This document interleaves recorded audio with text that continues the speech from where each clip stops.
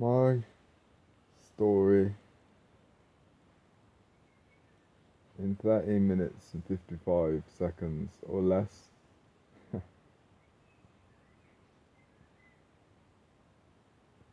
was born in a place called Marston Green in Solihull, the Birmingham postcode.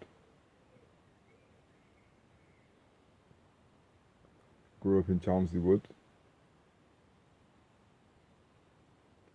the biggest council estate in Europe when it was built. Tower blocks,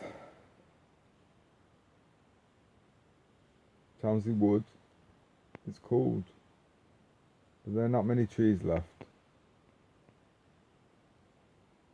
They turned the woodland into concentration camps.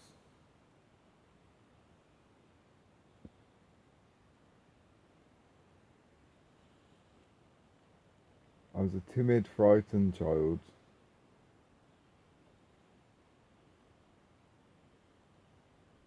Everything scared me. Everything was big and loud. I managed to find small pockets of aloneness, comfort and solace in art and in music and television and film, and then books.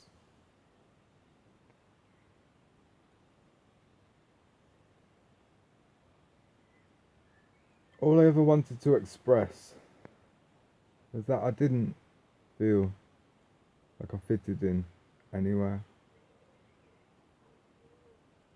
But instead, I just went from human to human, asking, "Are you alright?"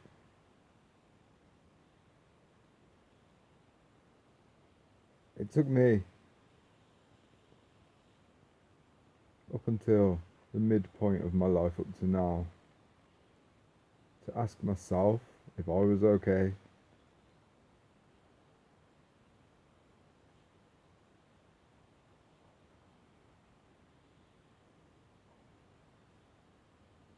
This was after my nan died.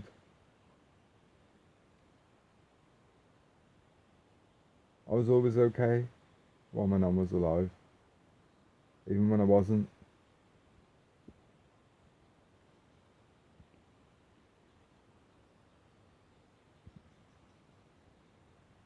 When I was 13, a lady in her mid-30s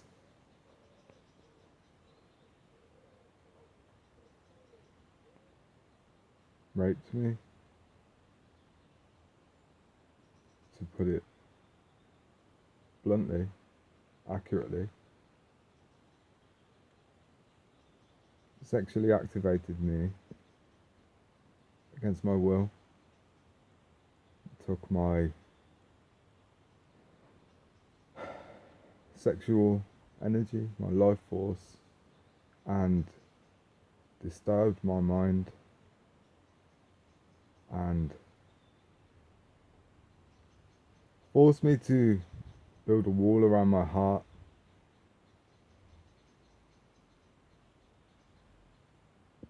I discovered self-destruction and hedonism as a way to avoid myself.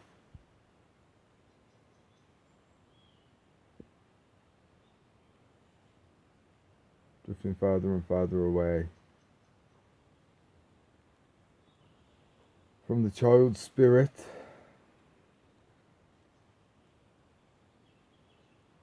Mrs. Hilary Jones, my Year 6 teacher, asked us what we wanted to be, what we wanted to do when we left school, when we grew up. I said, God knows.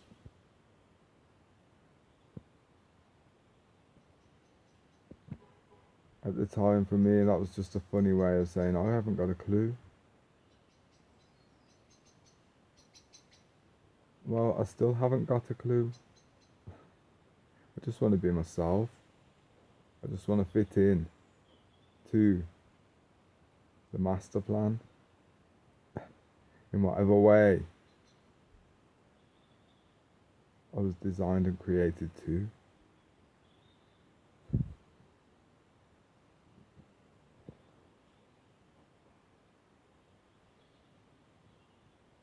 I had many dead corporate jobs. The only one which came close to being fulfilling was working in a care home. But even that, as it stands, what we're offered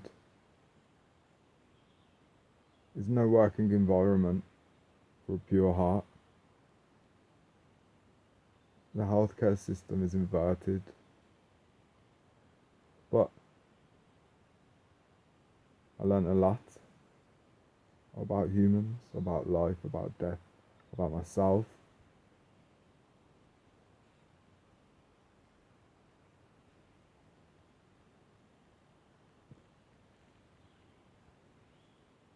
I have ceased all communication with my blood family.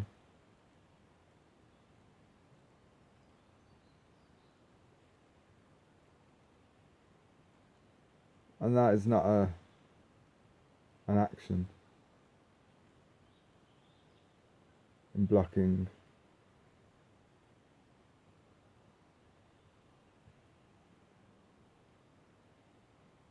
it is simply a conscious choice to move forward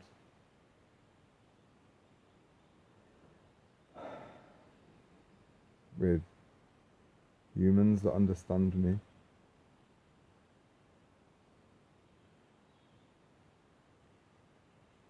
Or at least know that we don't need to understand each other.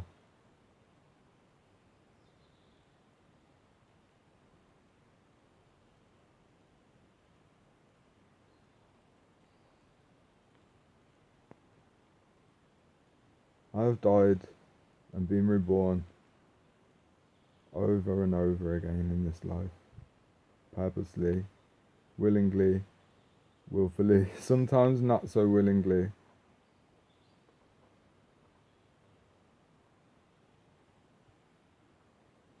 The pressure is what drives transformation.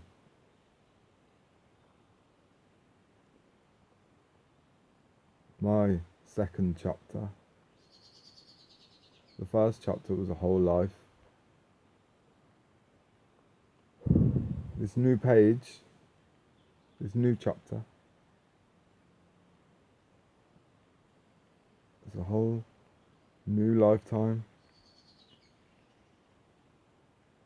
Free of the stories and the psychic debris which has weighed me down.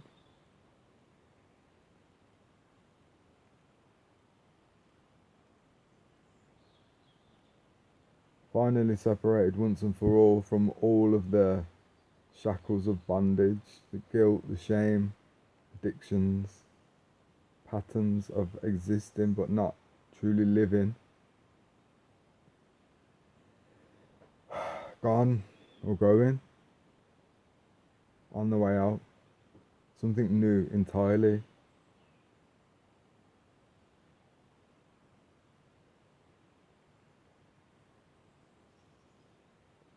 Not many points of information for a whole life story, eh?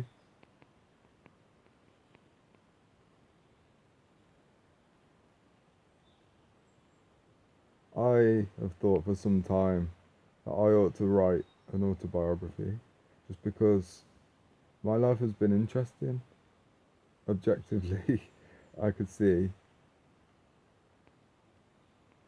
But honestly, I'd rather paint.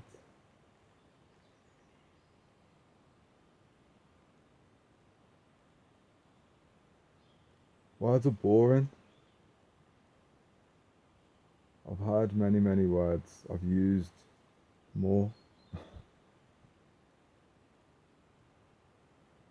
And there's no way to sum it up, all of it. So,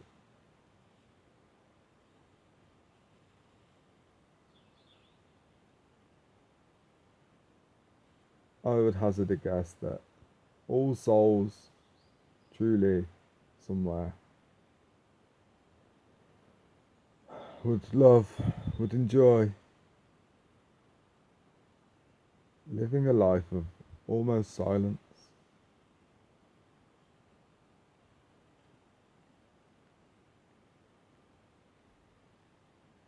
We don't really need to speak so much in this life.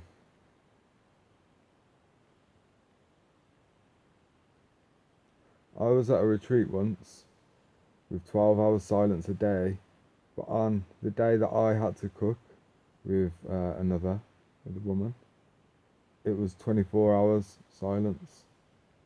So we had to find a way to communicate our needs without speaking.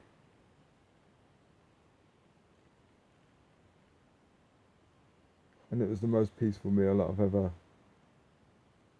helped to cook or eat.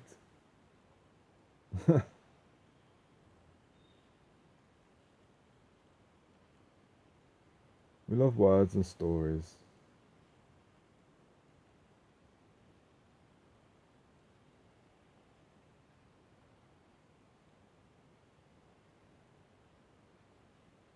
But when we go into story mode, it can be difficult to remain objective or loving.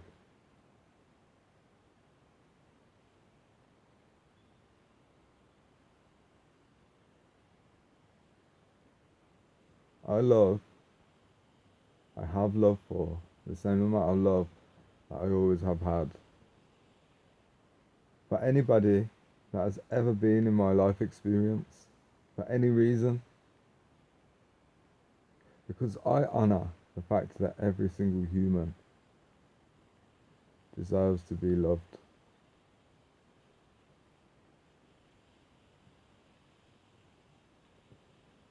Just because they exist.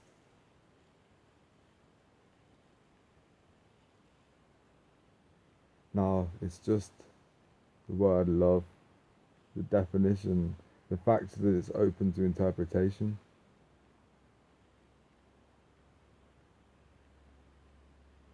So, that's what I've been doing so far. Mainly investigating what love actually is, what it means.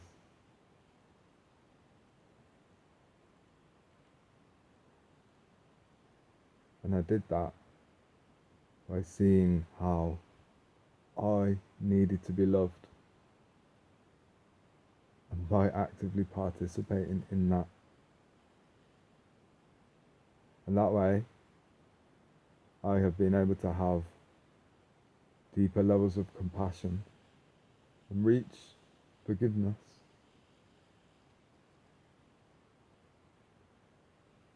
Time and time again.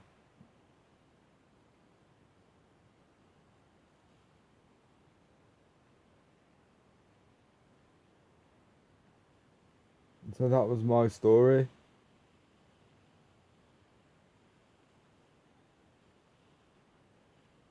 And there's a new story coming soon.